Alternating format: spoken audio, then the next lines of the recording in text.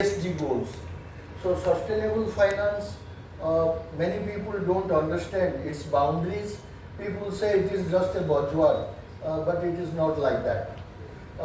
It involves the risk finance, ESG risk finance, climate risk management by Indian banks, and climate risk disclosures. This all will be covered under this banner. Next one. So, what are the global risks? There was a Forbes study, and there are so many risks has been identified. At the top, it is cyber security is the largest risk we are having and encountering right now. Next to this, the climate risk, the risk finance, ESG risk, because natural calamities are happening which we don't know when what will happen. And when some natural calamities is happening, it has a great impact on the lives as well as properties and total number of days that it is happening. So how to do the climate risk or assessment, or how to take the adequate precaution for that? I will congratulate State Bank of India inspired by the RBI's principles. RBI has two proud publications by now and papers, and followed by recently a draft disclosure. SBI has come up with a detailed procedural document how the risk is to be achieved, and they have started appointing climate risk officers in various branches, and it was interesting for me, but I saw one advertisement 3 days ago that they have advertised for vacancies against climate risk officers. So big hand to SBI. So what is a financial risk? There are many types of risk. So a financial risk is defined in financial terms as the chance that an outcome of investment's actual gains will differ from an expected outcome or return. आपका plan कुछ था कि इतना return पक्का हो जाएगा, you have calculated return of investment ROI, you have calculated internal rate of return, all will fail. Some unexpected monsoon disruption will be there will be flooding, there will be drought, there could be cyclone, and you don't know what has happened. So how do we manage financial risk, and what are the type of financial risk? The first thing is market risk. SBI also advertised for market risk officers. The second is credit risk. Third is liquidity risk. Fourth is operational risk, and fifth is legal risk. These are the 5 risks that a financial risk involves. And how do we manage that?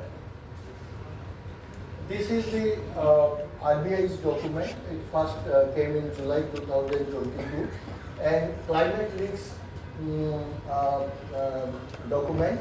And according to this, there are. It is the first on behalf of the Central Bank of the Government of India. There is a report came with few definitions and directions how the banking, insurance, and both FIs and NBFIs will be working in this climate risk sector. Followed by a survey. This is RBI survey, and which bank is doing what, which insurance sector is doing what, whether it is adequate, if they have got enough awareness. All are very well described in this report, and it is an eye-opening report. Followed by this, SBI's detailed report came. The other banks are also proactive, and they are in the process of trading this. This is draft disclosure framework for climate-related financial risk. This has come on 28 February. You all are aware about it. This is SBI's climate risk management policy, and this is the advertisement in which they have advertised for market risk officer and the climate risk officers vacancies, and it is a naturally it is an eye-opener and the very good beginning. I am confident all other banks will follow this path. We have many windows for financial inclusivity and which relates to climate related risk mitigations. These are the global instruments as given by European Union. You must have heard about CBAM, Carbon Border Adjustment Mechanism. It is affecting India's economy in a big way, and particularly 7 sectors and fast prime sectors, metal sectors and petrochemicals and chemical sectors. It is largely affecting. So if any Indian export has to be there into the European Union, as per the European standard, if it is not done, the kind of the carbon adjustment that has not taken care, against that they have to pay a carbon tax to European Union and buy the certificates which will slowly replace EU ETS. It's very interesting and powerful international process. Not only European Union, Australia is having one, US is having one, Canada is having one. European Union has started strictly taking it up, and it will be operational, truly operational from 1st January 2026. UNFI is extremely important. United Nations Environment Program has brought out its principle for responsible investment and financial sector on sustainability, which is few Indian banks has also got a certification from UNEP-FI, and any banks which is following the sustainable banking principles as per the United Nations Environment Program, they offer this to them. The UN principle for responsible banking, principles for sustainable insurance. I am not going into details. My presentation will be made available to all of us. IIST CMI is a proud member of the GEFI, Global Ethical Finance Initiative. It's very active in the United Nations negotiation platform and playing a big role. And so the member organizations are committed globally to financial inclusion and climate finance under this banner. Climate risk strategy and mapping. This is the basic 3 principles. I will also, before closing my presentation, I would like to tell you, India is going big for a carbon market.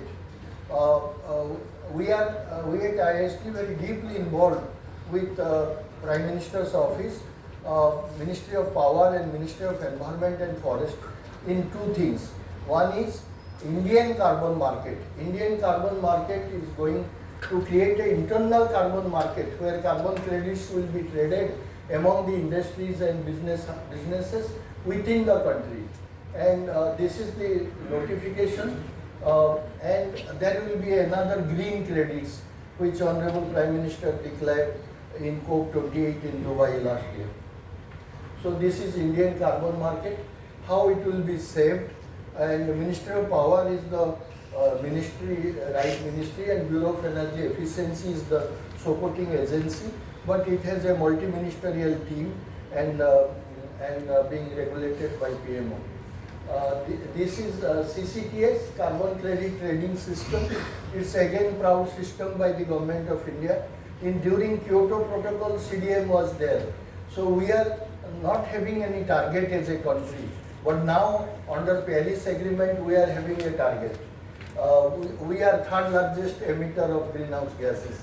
So we are responsible for all these greenhouse gases, and we are required to pay a tax against that under Article 6 of the Paris Agreement.